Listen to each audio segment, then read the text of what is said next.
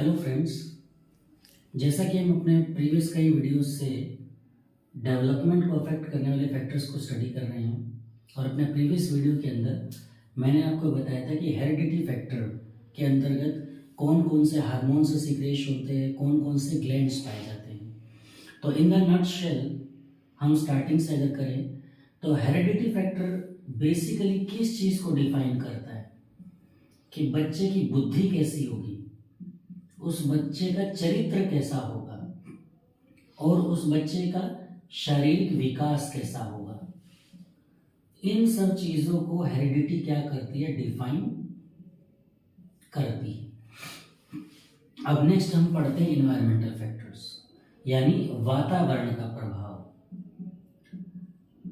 Learning में वातावरण यानी इन्वायरमेंट का प्रभाव सबसे ज्यादा है, क्योंकि यहाँ पर हम पढ़ाई की बात नहीं कर रहे, यहाँ पर हम लर्निंग की बात कर रहे हैं। तो जैसा कहा जाता है कि इंसान चाहे कितना भी अच्छा क्यों ना पढ़ाई लिखाई कर ले,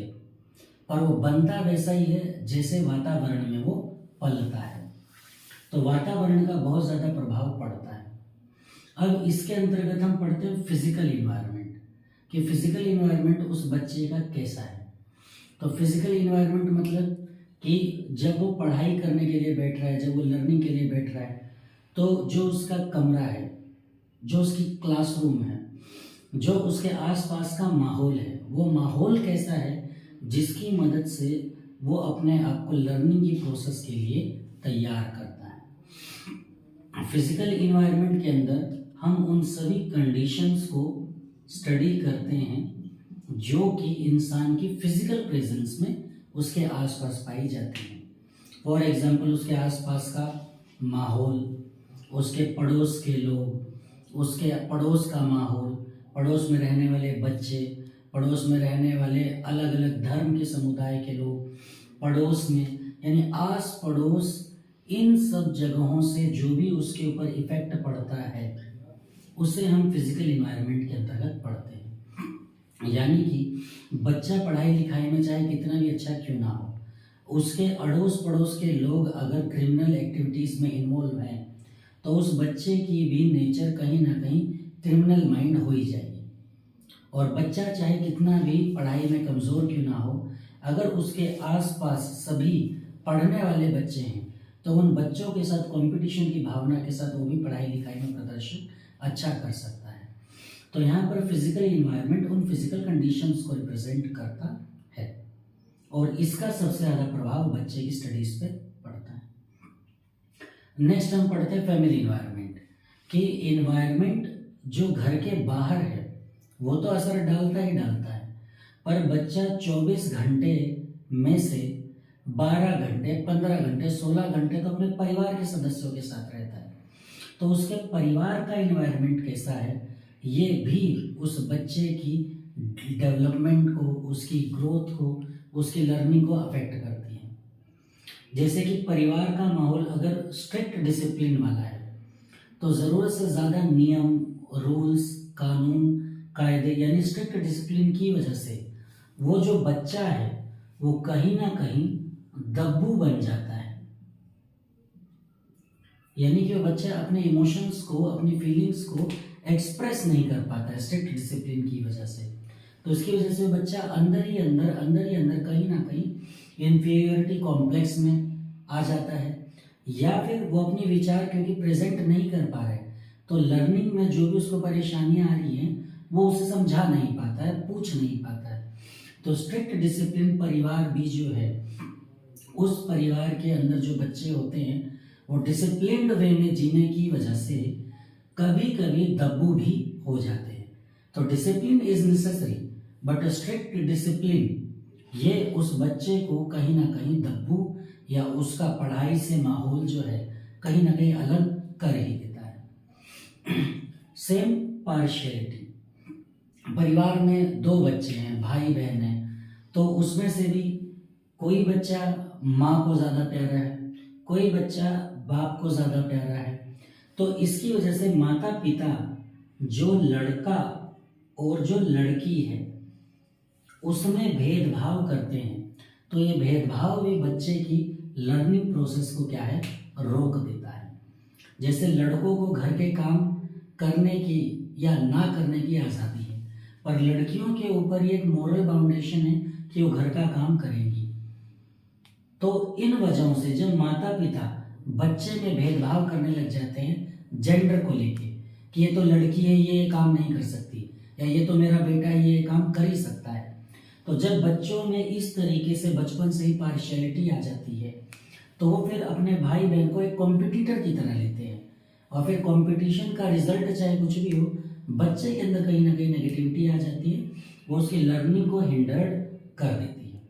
तो माता पिता जो बच्चों में भेदभाव या पार्शियलिटी करते हैं वो कम होना चाहिए। इसके साथ साथ ये पार्शियलिटी परिवार के दूसरे सदस्य भी करते हैं। तो ये जो पार्शियलिटी होती है, इस पार्शियलिटी को अगर कम किया जाए तो लड़के और लड़की दोनों का सर्वांगीण विकास यानी ओवरऑल डेवलपमेंट होगा। नेक्स्ट, ओवर प्रोटेक्टिवनेस या अफेक्शन, कि कभी कभी माता पिता अपने बच्चे के प्रति बहुत ही ज़्यादा प्रोटेक्टिव होते हैं, बहुत ही ज़्यादा वो उसको अफेक्शन देते हैं, यानी ज़रूरत से ज़्यादा लाड़ प्यार के कारण या ज़रूरत से ज़्यादा उस बच्चे के प्रति प्रोटेक्टिवनेस नेचर की वजह से बच्चे को उन स्ट्रगल्स का सामना या उन परेशानियों का सामना जब नहीं करने को मिलता है जो उसकी ग्रोथ एंड डेवलपमेंट के लिए नेसेसरी है, तो ऐसे बच्चे भी कहीं ना कहीं लर्निंग डिसेबिलिटी का शिकार हो जाते हैं। क्यों? क्योंकि जिस बच्चे को सारी चीज़ें बिना बोले ही मिल जाती हैं, यानी लाड़ प्यार में पल रहा है तो वो बच्चा टीचर की स्ट्रिक्टनेस को या टीचर के रूल्स को फॉलो करने में कहीं ना कहीं वो लाड़ प्यार ही देखता है, और इस वजह से वो जब उसे टीचर से नहीं मिलता तो लर्निंग कैपेबिलिटी पर इफेक्ट पड़ता है। तो बच्चों को प्यार करना चाहिए, बच्चे को प्रोटेक्शन भी देना चाहिए, पर ओवर प्रोटेक्शन या ओवर अफेक्शन की वजह से उस बच्चे का अगर physical development, mental development, emotional development, 6 तरह की डेवलपमेंट की बात की जाए तो कहीं ना कहीं कोई एक डेवलपमेंट रुक ही जाता है। Same higher degree of custom, अब कुछ परिवारों के अंदर क्या होता है कि उनके रीति रिवाज, उनके धर्म से जुड़ी बातें वो इतनी ज़्यादा डोमिनेंट होती हैं कि बच्चा उन धर्म के रीति रिवाजों को जब जांच परख करके फैक्ट्स के अकॉर्डिंग समझने की कोशिश करता है तो उससे वो स्वतंत्रता नहीं मिलती। तो ज़रूरत से ज़्यादा जब कोई परिवार अपने धार्मिक रूल्स रेगुलेशन को, कस्टम्स को बच्चे पर डाल देता है तो उसकी वजह से भी बच्चा कभी कभी उन नियमों के अंतर्गत आने के कारण उसकी लर्निंग कैपेबिलिटी क्या है, कम हो जाती है। फॉर एग्जाम्पल मान के चलिए कि कोई ब्राह्मण परिवार है तो वो वेद पाठी है, पुराण पाठी है, तो उस बच्चे की जो एफिनिटी है वो संस्कृत सब्जेक्ट के प्रति तो बहुत ज़्यादा होगी, पर यदि उस बच्चे को ये कहा जाए कि तुम्हें बड़े होकर पंडित ही बनना है, पंडिताई ही करनी है, तो हो सकता है इस वजह से अगर वो मैथ्स में जीनियस है तो वहाँ पर अपना प्रदर्शन ना कर पाए, और लैंग्वेज में अच्छा है तो वहाँ पर अपना प्रदर्शन ना कर पाए। क्यों? क्योंकि यहाँ पर उसके ऊपर एक हायर डिग्री ऑफ कस्टम हो गया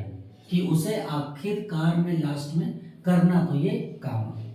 तो इस वजह से भी बच्चे की लर्निंग कैपेबिलिटी जो है वो बाधित होती है। अनसेटिस्फैक्टरी मैरिटल लाइफ,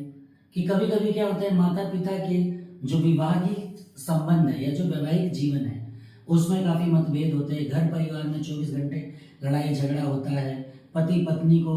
कटाक्ष करता है, पत्नी पति को नीचा दिखाने के लिए घर का जो माहौल है ये पूरी तरीके से नकारात्मक हो जाता है। तो ऐसे नकारात्मक माहौल में जब बच्चा पढ़ने की कोशिश करता भी है तो घर में होने वाले इस कलेश को, कलह की वजह से उसे वो प्रॉपर वातावरण नहीं मिल पाता जिसमें वो पढ़ाई कर सके, कुछ भी लर्निंग कर सके। तो इस वजह से अनसेटिस्फैक्टरी मैरिटल लाइफ अगर पेरेंट्स की है तो ये भी बच्चे को कहीं ना कहीं अफेक्ट करती है, क्योंकि बच्चा किसी भी चीज़ के लिए माता पिता को ही देखता है कि माता पिता अगर इस हालत में होते तो क्या करते। तो इस कारण उसका मेंटल यानी बौद्धिक जो लर्निंग है ये कहीं ना कहीं कम हो जाएगी। अब जब यहाँ पर हम बात कर रहे हैं कि भाई उसका डेवलपमेंट कैसा होगा, तो ये फैक्टर भी अक्सर परिवारों में देखा गया है कि परिवार में उस बच्चे की पोजीशन कैसी, पोजीशन कैसा होने का मतलब कि भाई वो फाइनेंशियली अगर उसके माता पिता स्टेबल हैं तो परिवार में उस बच्चे को भी सम्मान मिलेगा, उस बच्चे को हर कोई प्रेम करेगा,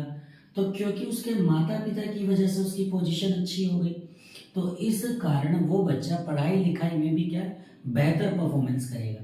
क्योंकि उसकी पोजीशन अच्छी है। उसको पढ़ाई के लिए या लर्निंग के लिए जो भी रिसोर्सेज चाहिए, जो भी संसाधन चाहिए, वो उसे आसानी से उपलब्ध हो रहे हैं। पेन, पेंसिल, कॉपी, किताब, टीचर, सब चीज़ें उसको आसानी से मिल रही है। तो इस वजह से वो क्या है, स्टडी या लर्निंग कर पाएगा। और यही फाइनेंशियल कंडीशन अगर डाउन है तो इस वजह से भी कभी कभी बच्चा पूरा का पूरा ध्यान पढ़ाई पर नहीं दे पाता है। फिर इसके साथ साथ उस बच्चे का ऑर्डर, बच्चे के ऑर्डर का मतलब है कि भाई वो सबसे बड़ा बच्चा है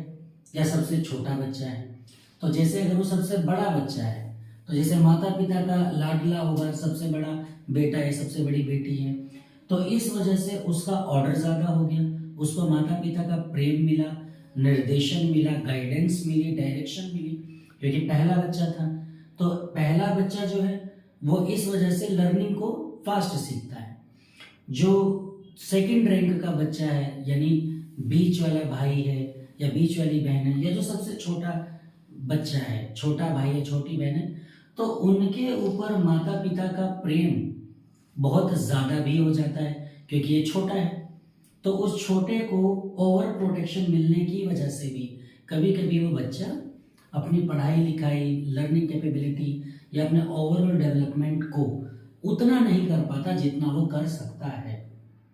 तो ये बातें सुनने में बड़ी छोटी लगती हैं, अजीबोगरीब लगती हैं, पर ये सभी के सभी बच्चे की लर्निंग कैपेबिलिटी, उसकी एफिशिएंसी और इसके साथ साथ उसके सोसाइटी में जो आने वाले समय में कंट्रीब्यूशन है, सोसाइटी को जो प्रोग्रेस पर लेके जाना है, इन सभी चीज़ों को वो बाधित करता है।